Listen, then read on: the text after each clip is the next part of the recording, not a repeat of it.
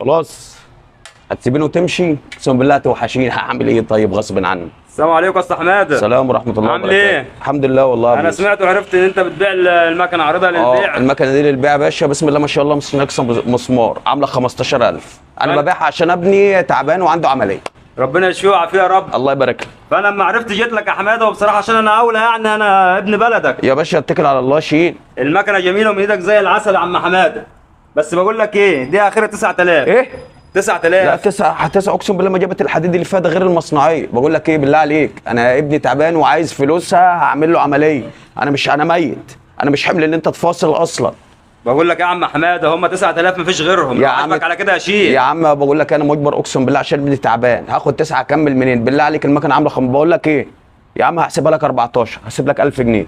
عم حماده هم 9 مفيش غيرهم. يا عم عاجبك ولا مش عاجبك؟ يا عم بالله بقول لك ايه، ابوس ايدك، انا عندي ابني تعبان وعايز اعمل له عمليه، والمكنه انت عارف انها تستاهل اكتر من كده، فبالله عليك ما تبكتنيش. ربنا انا اصلا مش عايز ابيع. هي يا عم هحسبها لك 14.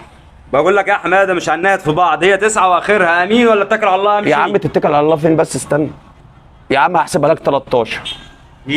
هم 9 مفيش غيرهم يا عم ابوس ايدك ابوس ايدك. 13 حلوه المكنه، انت عارف ان هي تجيب اكتر من كده. خلاص ربنا يكرمك وتشوف زبون حلو. عاوز حاجه؟ يا عم خد بس تعالى، خد بس تعالى عشان الوقت ضيق. بالله عليك ابوس ايدك مشيها، انت راجل في السوق وعارف ان هي تستاهل، ما تعملش فيا كده عيب. هم 9000 يا عم حماد. يا عم الله يبارك لك. لا معلش هتتهز شويه. خلاص لا انا ما همشي، انا عشان انا قدامي واحده ممكن اجيبها ب8 كمان واخلصها. يا عم 8 دي مش هتلاقيها زي دي، انت شايف المكنه الجديده. ابوس ايدك بس خدها وريح. هم 9000 يا عم ابوس ايدك. خلص يا عم ابوس ايدك. هو انت ماسك لي 9 يا اخي؟ هو انت بتيجي على الغلبان وتدوس؟ هو انتوا بتستنوا لما البني ادم يكون بيطلع في الروح وتيجوا تدوسوا عليه تفعصوه عايزين تموتوه؟ يعني انت مسكت في 9 لما عرفت ان انا ابني تعبان وعايز اعمل له عمليه؟ ايه يا عم ابو يوسف؟ في ايه يا ابو يوسف؟ هتكوني انت عارف المكنه تجيب اكتر من كده يا ابو يوسف. بقول لك ايه، الله يسترها معاك. 9 هاتهم وخد المكنه، بس خلي بالك انا مش مسامح.